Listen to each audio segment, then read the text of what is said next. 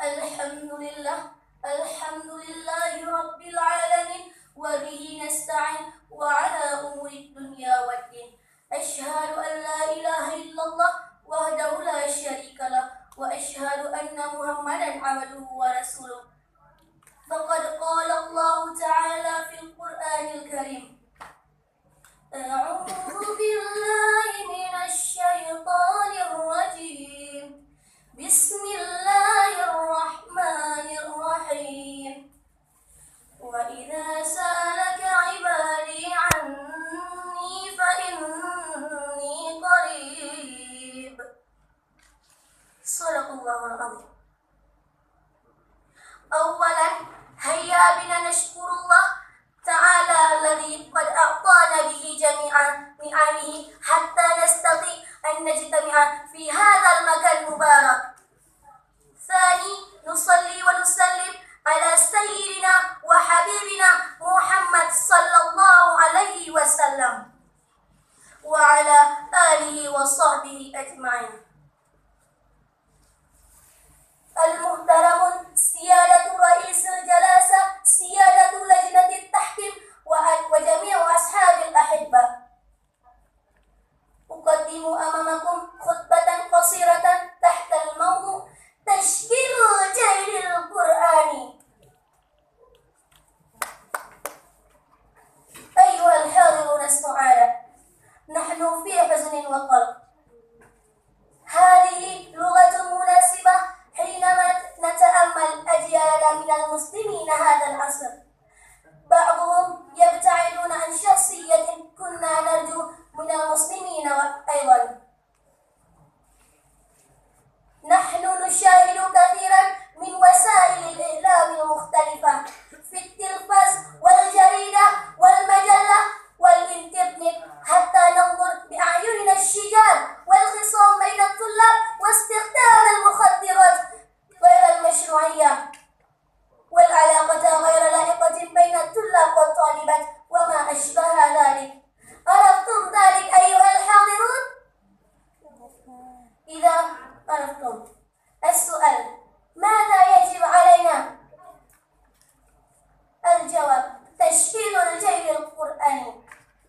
هذا الذي ينبغي لنا أن نعمله بكل جد واجتهاد منذ الصغر إلى أجيالنا. من يراد بالجيل القرآني هو الذي يكون قوله وفعله وموقعه استنادا إلى القيم الواردة في القرآن الكريم. أيها الحاضرون الأحبة، في هذه المناسبة سأبين لكم 3 علامات موجودة في شخصية الجيل القرآني. فطبعا هذه العلامة الثلاث لا بد من وجودها في أنفسنا. وما هي؟ أولا، دوام القربة من الله. من يشعر قريبا منه تعالى يراقبه ويجعله خائفا من المخافة عن سبيله. هذه العلامة مهمة جدا في حياة الناس، بسببها تبعدهم عن الاستطراد عن طريقه وإن كان منفردا.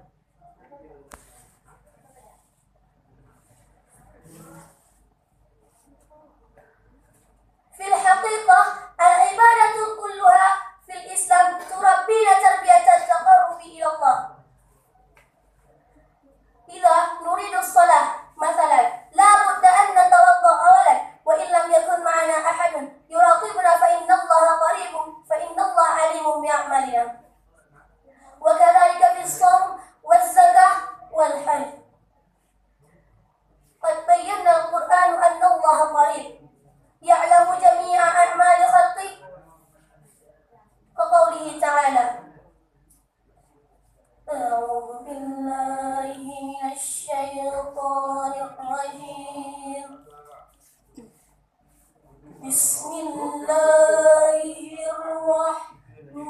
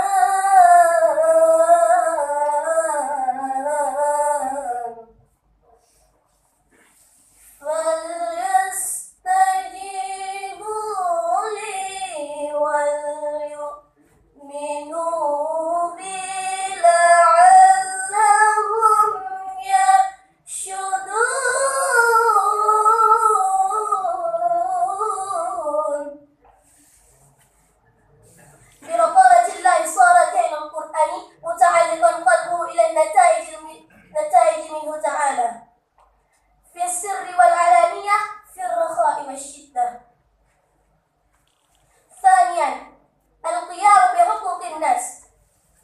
لا بد من كون الجيل القرآني قائما بحقوق إخوانه من المسلمين خاصة، يحسنهم ويكرمهم ويعاملهم معاملة حسنة، لا يؤذيهم ولا يحقرهم ولا يعاملهم معاملة سيئة، لأن المسلمين جميعهم إخوة.